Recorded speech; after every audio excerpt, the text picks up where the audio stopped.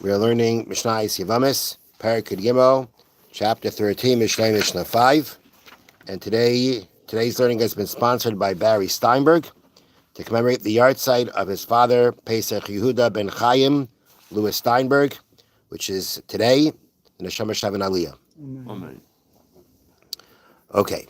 Now, yesterday we learned that in a situation where a woman was, let's say, she was a katana, she was married to a man, he gave her a get, and he took her back.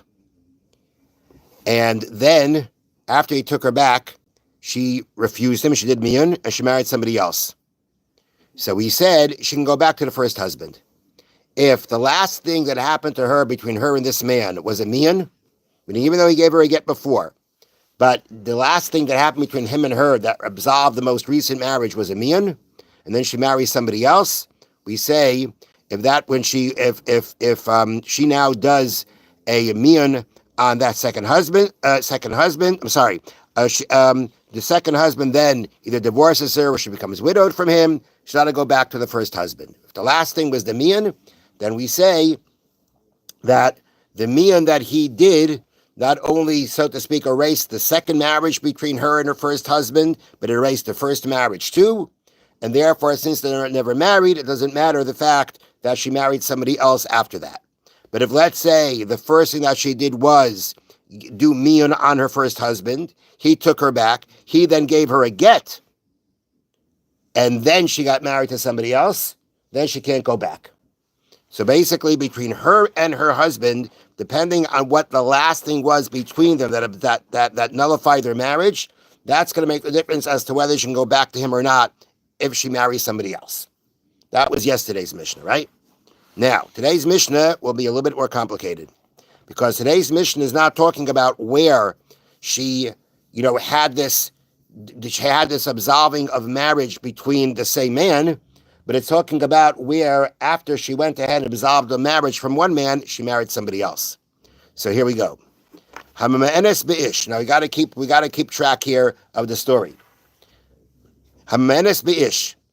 She was married to a man and she did miyun on him, right? She's the katana, she's the minor, she did miyun. She said, I don't want, she's out. That was to husband number one. V'nisas la'acher. She married somebody else. His name was number two. Okay? V'gersha. And number two divorced her. La'acher. She got married to another guy. That's number three. And don't forget, the entire time she's a katana, she's a minor. Okay? And her brother and her mother, they're marrying, they keep marrying her off. Okay? So la'acher, she marries a third man. Umean abai, she refused him. Okay? La'acher, after that, she got married to another guy, the fourth guy, V'gersha, and he divorced her. La'acher, she married a fifth guy, Umean abai, and then she refused him. Okay, you got that? Basically, you've got, from these five men that she married, 1, 3, and 5, she did miyun on, right? That's who she refused. 2 and 4, she got divorced from, or she got divorced from. Okay, that's going to make a very big difference. She's still a katana? Yeah, she's still a katana. So Mishna says like this. Now the question is, you've got all these situations where she was married to one guy, and then she married the other guy. And we know that if after you give a woman a get, after you give a woman a divorce, if she marries somebody else, you can't take her back. So in this whole story, who may she go back to? Who may she not go back to? Says the Mishnah, Kol sheyatzes haimenu beget. Whoever she left from him because of a get, which is Numbers 2 and 4, asura lachzerlai, she may not go back to him. B'miyun, whoever her marriage ended with because of her miyun, because she refused him, muteras lachzerlai, she can go back to him. Okay, so that means like this. Let's look at it. Let's go through each guy. You've got husband number one that she did miyun on, and then she married another guy who gave her a get. Can she go back to husband number one? The answer is yes, because husband number one, the marriage there only ended with mian, not with a divorce. So that was no relation. There was no relation. No. Right. No.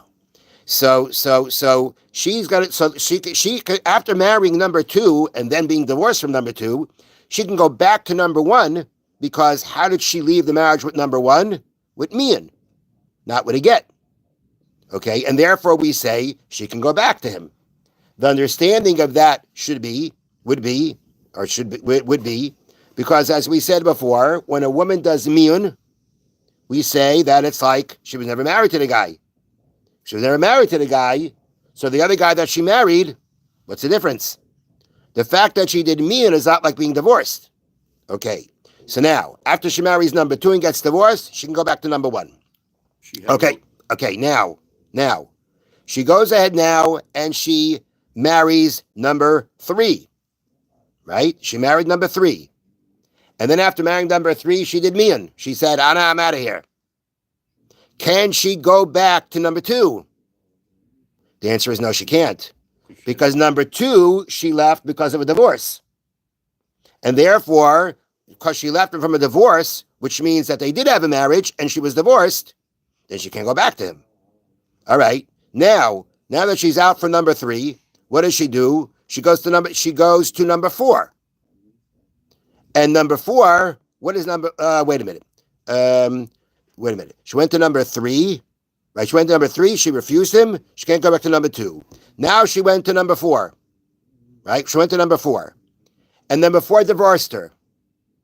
Number three, remember, she left him because of mian. Number four, she's out of the marriage because of a get. Can she now, after being divorced from number four, go back to number three?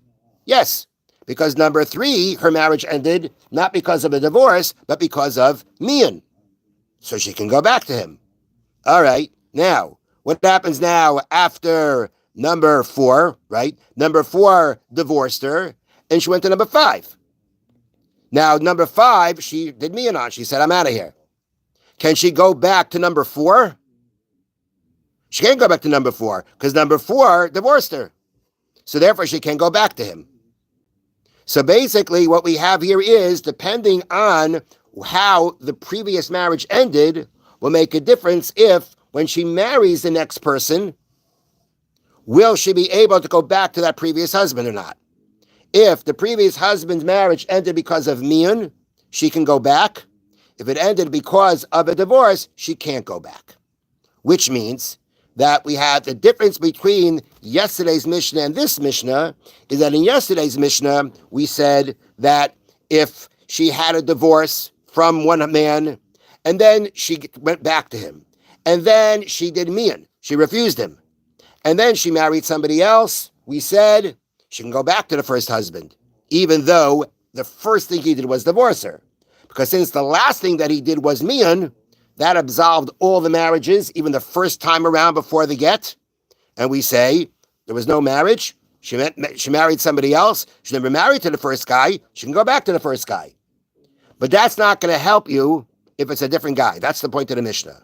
The point of the Mishnah is that when she gets divorced from someone, marries somebody else and does mian, her mian will absolve and, so to speak, nullify her marriage to this most recent guy retroactively, but it's not going to do anything to the previous marriage. The previous marriage, because it ended with a get, is considered a marriage, and she was married to somebody else, so she can't go back to him, because after that she married somebody else.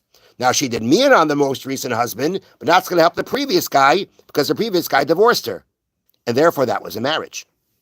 So therefore, the Mishnah says, depending on whichever one, again, within these five men, within these different men, whoever's marriage ended with mian, we say she can go back to him even though she married somebody else. If the marriage that ended previously was through a get, and then she marries somebody else, she can go back to the husband who gave her a get. That's the Mishnah. That's the point of the Mishnah.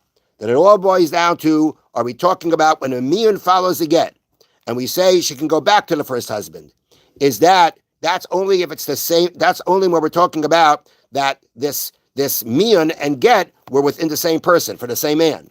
But once it's in different men, then the mian after the get isn't going to make a difference. Okay. Now, Woman needs a psychiatrist. now let's do the Chofetz Chaim. Here we go. No wife swap. Here we go. That's not what happened. That's not what happened. Okay. Here we go. No, close.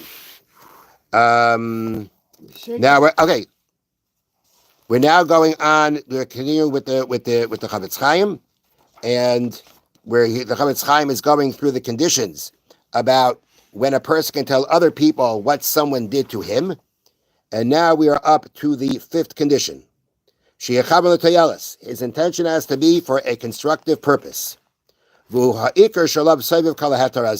the main condition. That's the entire permission that one has to tell others what someone did to him.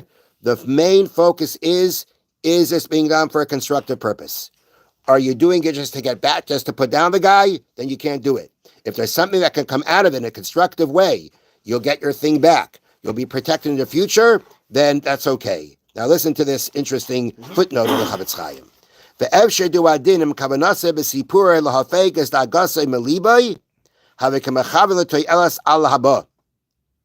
Let's say the reason you're telling other people about what somebody did to you is because you've got to talk to someone. You got to get it off your chest. It's really bothering you. He embarrassed you. He hurt you. He insulted you, and you're very hurt from it. And you need to get it off your chest. You're not trying to get at the guy. You're just trying to, again, as it brings down, there's a Gemara that says, if a person has worried about something, he's got a concern on his heart, speak to others, get it off your chest. That's what the guy's doing here. But when the guy's doing that here, he's putting somebody else down. So the question is that considered a constructive purpose? Is that considered constructive because you're really trying to just get it off your chest? Or that's not enough? That already borders too much on something personal. And to say that your intention is not to put the person down, that may be difficult. That maybe that's not so simple. So on that, the Chofetz Chaim says, "Be'efshar." It's possible to say that if the whole purpose again is to get it off your chest, that would also be. I really should explain it differently. The question is that enough of a purpose to be able to basically put someone down? Your intention is that you want to get it off your chest, but at the same time, though, you're now putting him down in front of other people. Is this kind of purpose, is this purpose of getting it off your chest and making yourself and trying just to take the anxiety away, is that considered enough purpose to be able to say it over to others? And in that he says, it's possible. But again, make sure that all the other conditions are going to be met, because anytime it's about you, you have to be extra careful to make sure that all the conditions are met to be able to say it. Have a wonderful day. Thank you, Rabbi.